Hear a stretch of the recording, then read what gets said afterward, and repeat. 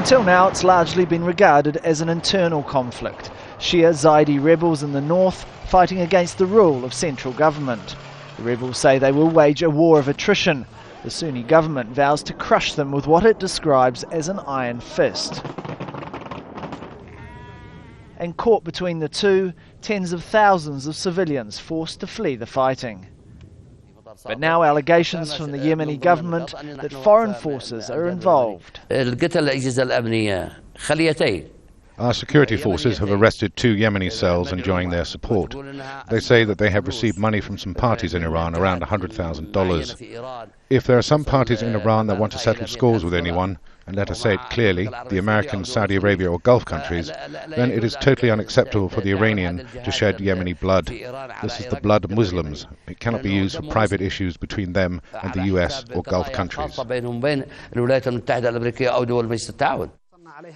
The northern rebels have accused the government of using Saudi weaponry, issuing this video footage of mortars bearing Saudi emblems. Riyadh's worried instability in Yemen could spill over into Saudi Arabia. In the past month, as the conflict intensified, so too have the offers of mediation. Though the details are usually kept secret, Yemen's president was willing to name some of the parties involved. They are calling us to say that they are ready to assume the role of mediators. This means that the Iranians are in contact with them, as the Iranians are trying to mediate between the Yemeni government and the Houthis. Also, Muqtada Sadr in Najaf in Iraq is asking to be a mediator, which means that they are also in touch. Late last week there was a brief glimmer of hope. But making it clear it was not a truce, the government says it halted all major offensives for humanitarian reasons.